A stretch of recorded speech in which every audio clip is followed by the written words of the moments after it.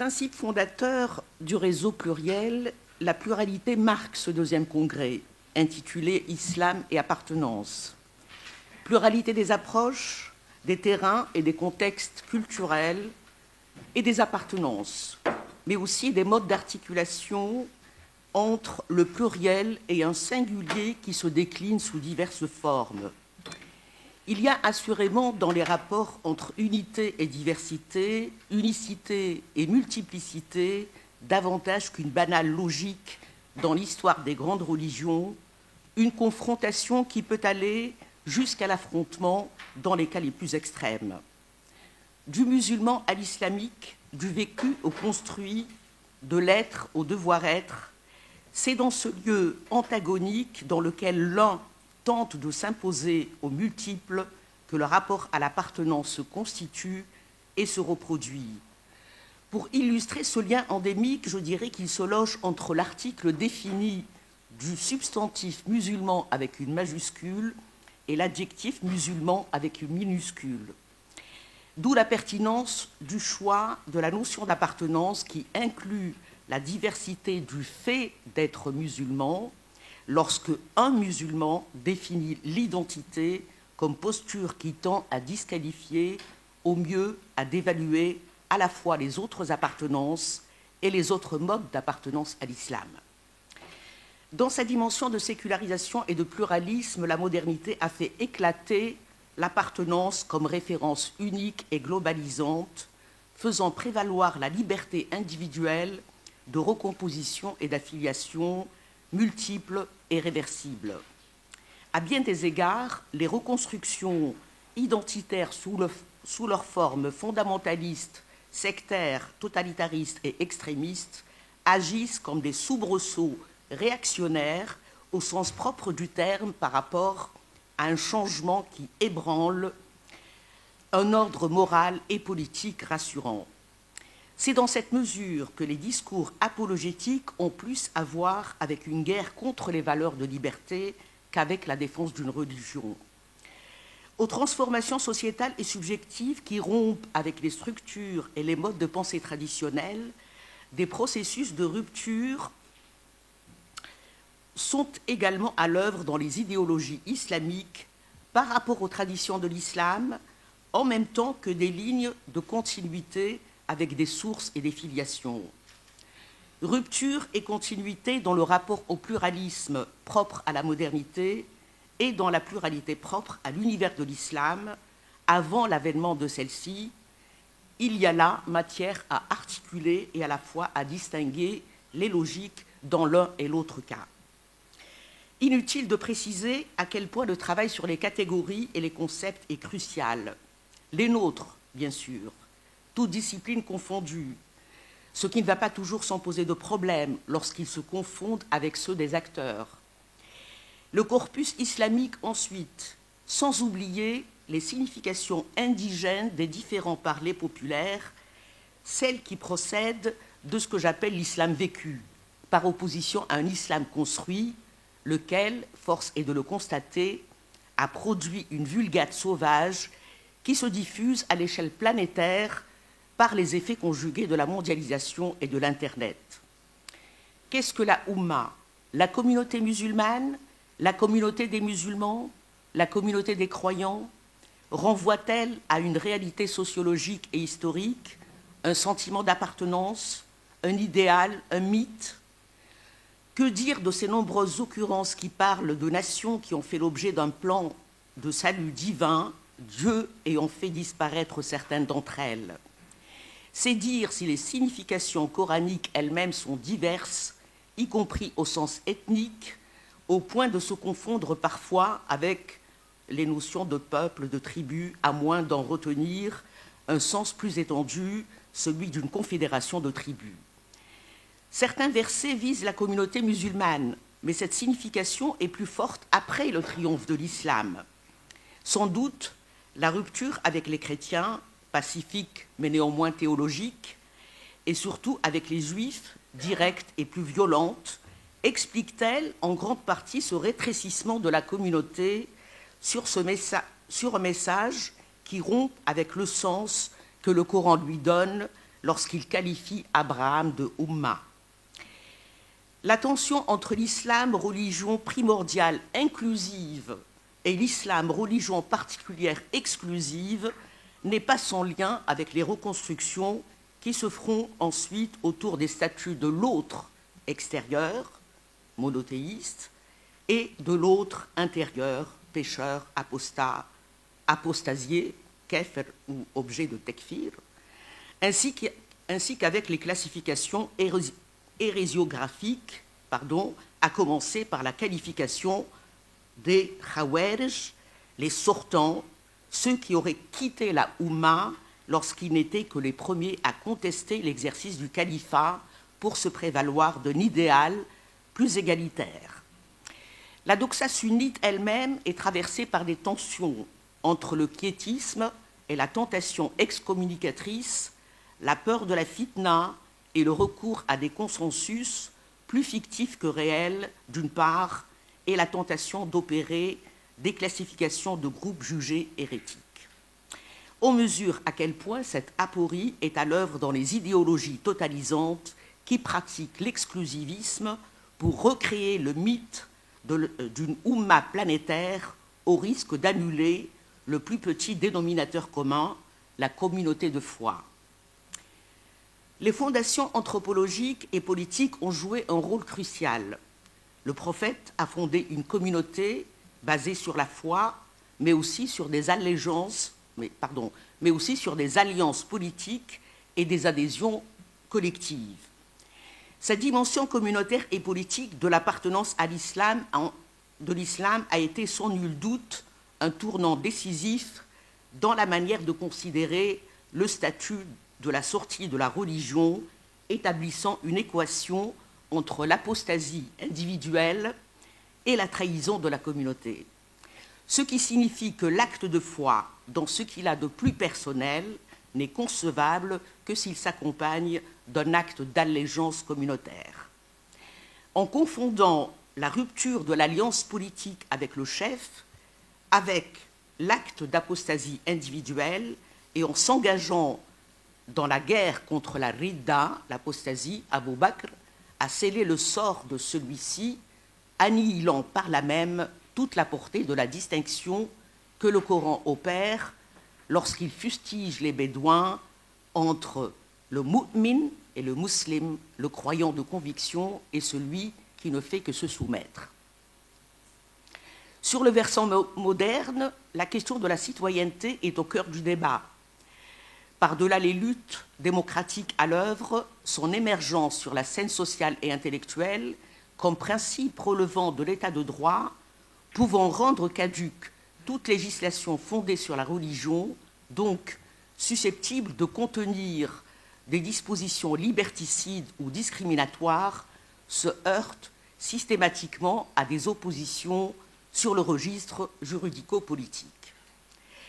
Le statut mineur réservé aux citoyens non musulmans est symptomatique de la barrière que constitue la référence à l'islam comme source législative majeure à l'émergence d'une vraie citoyenneté comme valeur égalitaire. Pour aller plus avant, le débat n'est pas tant dans la force coercitive de l'islam que dans la capacité ou non à construire l'espace du politique. Force est de constater les limites d'une réflexion trop circonscrite au débat proprement religieux lorsque les enjeux d'un changement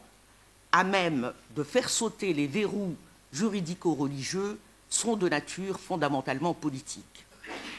Les études des différents terrains peuvent nous éclairer sur les processus de compétition entre ces deux appartenances majeures, sur les différentes configurations qui se sont construites dans les pays d'islam avant et après les printemps arabes, les avancées, les modes de conciliation et de bricolage et les immobilismes. Bien avant les découpages territoriaux de l'ère coloniale, la chute officielle du califat, plus exactement de l'institution et du symbole du califat, les transformations sociétales et politiques et l'émergence des États-nations, il n'y a jamais eu d'adéquation, à l'exception du califat de Omar, ou alors elle fut de courte durée, entre la Oumma, et un territoire particulier. Que dire d'une vocation de l'islam à s'étendre dans l'espace, si vocation il y a, qui entre objectivement en contradiction avec l'impossible mission de gouverner un territoire, supposé sans limite, l'appartenance à un territoire national se greffant ensuite sur une multitude d'autres appartenances régionales, culturelles, ethniques, linguistiques et bien sûr idéologiques. Objet de conflit entre des groupes, des États et des idéologies qui se disputent la préséance dans l'occupation, le partage du territoire est en même temps le lieu du vivre ensemble. Des siècles de cohabitation, de vie en commun et d'amitié en témoignent, aussi mineur le statut des Juifs et des chrétiens fut-il en terre d'islam. Pour autant que la reconnaissance du pluralisme et de la liberté de conscience ne puisse passer que par une citoyenneté pleine et égale, la contribution du dialogue interreligieux est importante, et je ne parle pas là seulement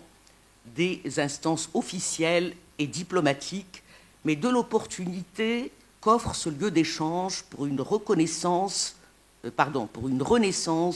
du débat théologique en islam. L'implantation durable de l'islam dans l'espace européen a généré une diversité de traitements juridiques et politiques avec des lignes de démarcation plus nettes entre un modèle d'intégration, on dira anglo-saxon, de type communautaire, et un autre dont la France est l'exemple le plus représentatif, citoyen et individuel, dessinant des fractures dans les débats qui opposent universalistes laïcs et relativistes multiculturalistes. La notion même de multiculturalisme, souvent confondue avec celle de pluralisme, nécessite à cet égard une clarification, comme d'ailleurs pour tant de catégories en usage, à la fois chez les acteurs, les chercheurs, les politiques et dans les médias. Au-delà des particularismes et des logiques propres aux sociétés sécularisées, mais aussi des différences entre chacune d'elles, on peut observer dans les réponses des acteurs musulmans et islamiques des processus de recomposition, mais aussi des traits de similitude à l'échelle européenne et dans les pays d'islam. L'étude du contexte européen ne saurait faire l'économie des échanges entre les deux rives, des transferts de savoir, de savoir-faire, de prédication et d'idéologie. On peut même observer dans ces flux qui n'ont jamais cessé un phénomène de retraditionnalisation prenant la direction inverse du nord vers le sud. Pour ne prendre que cet exemple, il suffit, pour s'en convaincre, d'imaginer que lorsque, en terre d'islam, des femmes luttent contre l'imposition du voile, des citoyennes européennes font de son port un symbole identitaire. Ces chassés-croisés qui sont autant de défis à la citoyenneté et à la pluralité interne à l'islam en Europe, comme dans la rive sud, montrent comment des idéologies à prétention transnationale et transculturelle seront floues en reprenant à leur compte les coutumes patriarcales locales. Quels que soient les différents schémas observables ici et là, la question se pose de savoir dans quelle mesure les acteurs qui se réclament de l'islam ont produit quelque chose en propre, nonobstant une citoyenneté de droit. À coup sûr, les milieux de la prédication, qu'il s'agisse de mouvements ou d'acteurs charismatiques se rattachant de près ou de loin à des organisations de masse, ont fait des avancées spectaculaires, faisant reculer partout en y contribuant par des processus de déculturation les héritages familiaux et les formes de religiosité populaire. Force est de constater qu'à l'encontre d'un multiple qui aurait pu féconder des productions culturelles originales, une pensée islamique plurielle et pluraliste, c'est un référent uniformisé, totalisant, politique et identitaire qui semble triompher en dépit des différences qui en distinguent les appartenances idéologiques. On peut facilement observer là où le rapport entre la citoyenneté et l'appartenance confessionnelle se joue sur le mode de la concurrence en termes de suprématie que les droits de l'homme et les valeurs que les droits de l'homme et les valeurs de justice citoyenne sont convoqués pour défendre les formes d'expression identitaire au nom même de la liberté religieuse, y compris le refus de toute critique assimilée à de l'islamophobie. En fait de chassé-croisé, c'est dans la rive sud, me semble-t-il, que les luttes et les avancées intellectuelles s'opèrent en matière de libertés individuelles, de liberté de conscience et d'égalité homme-femme. Lorsqu'il est dit dans le verset 10 de la sourate 40, « Les croyants ne sont que des frères, donc réconciliez vos frères », on s'accorderait sur le fait que le Coran ne vise pas une catégorie particulière, mais l'ensemble des musulmans, les exhortant à dépasser leur clivage.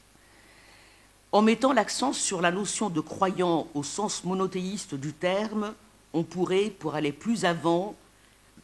dans une perspective inclusiviste, replacer la fraternité au cœur même de la fitra, de la conception originelle, là où tous les humains, comme création divine, sont conçus comme des croyants. En restant en deçà,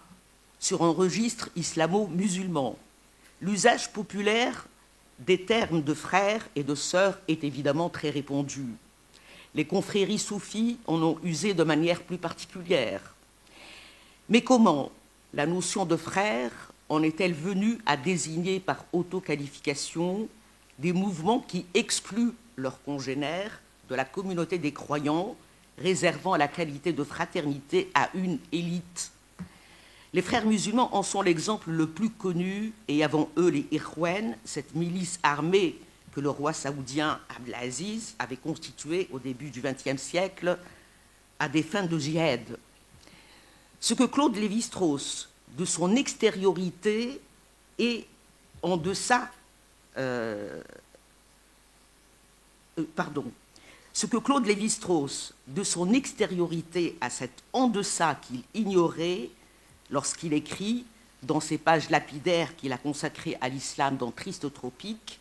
la fraternité islamique est la converse d'une exclusive contre les infidèles qui ne peut pas s'avouer, puisque, en se reconnaissant comme telle, elle équivaudrait à les reconnaître eux-mêmes comme existants. Je vous remercie.